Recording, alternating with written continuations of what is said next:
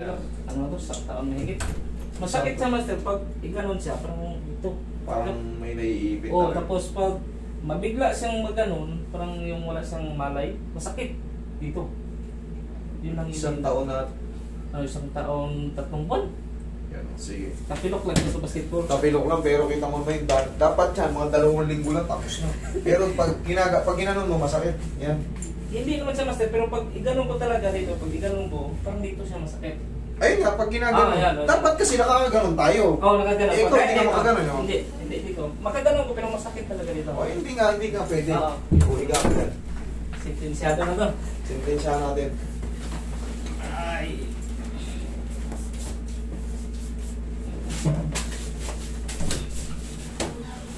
Sentensya na natin yan. Kailangan malaya tayo nakakaganon. Oo nga eh. Eh, pagka may sumasakit dyan, ibig sabihin, may nabago dyan.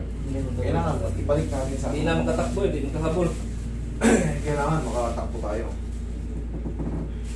Ito ba yun? Di ba? Oo.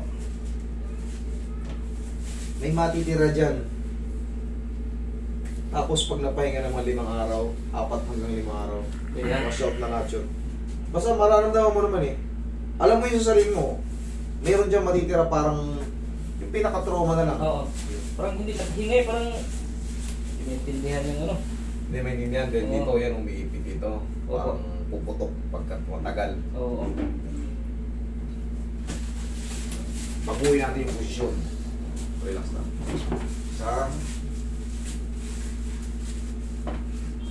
Isa pa. Pahinga, tapos pahinga na. Okay, relax na. Isa pa. Thank you.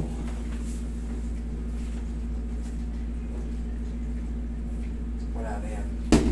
Pahinga lang, hayaan mo nung konti. Sasabi.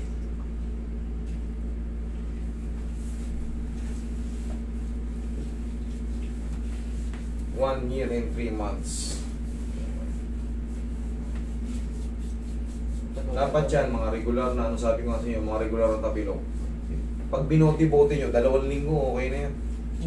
Pwede ng mga ano-ano, pwede ka na ulit makalakad na maayos, wala nang, may sakit pa sa 2 linggo, may maliit na lang. Pero pag ikaw ay tumagal ng taon na, naku po. Nakakapaglakad na yun kung may anak ka ngayon. Nakakapaglakad na yun, baka mas magaling pang maglakad sa iyo. Ikaw, sakit-sakit pang paa mo. Sakit na ako, sir eh.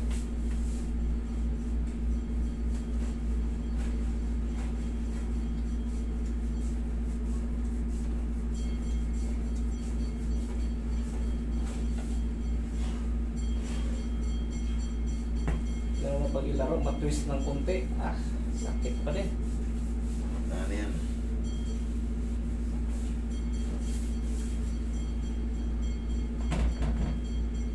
Sakit?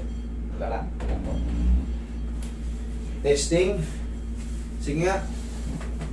Tignan mo kung pressure niya pa rin, ganun pa rin. Medyo. Sige. Opo. Meron ganun pa rin o ano? Meron ganun pa din dito. Sige, higa ko ulit. Oo. Parang sa gitna siya masaya. Sige, higa ko ulit.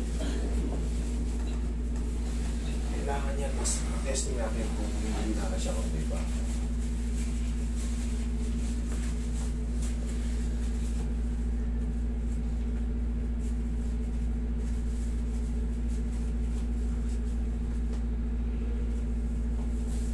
Yun.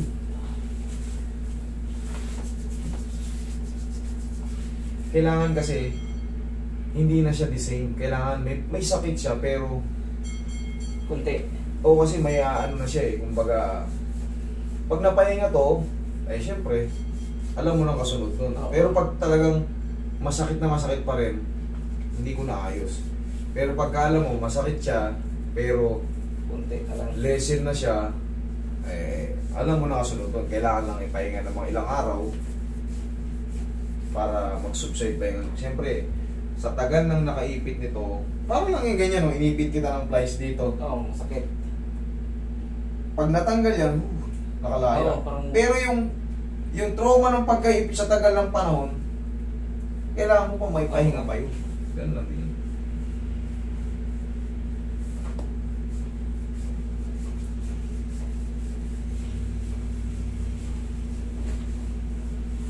Hindi ka ba makatakbo?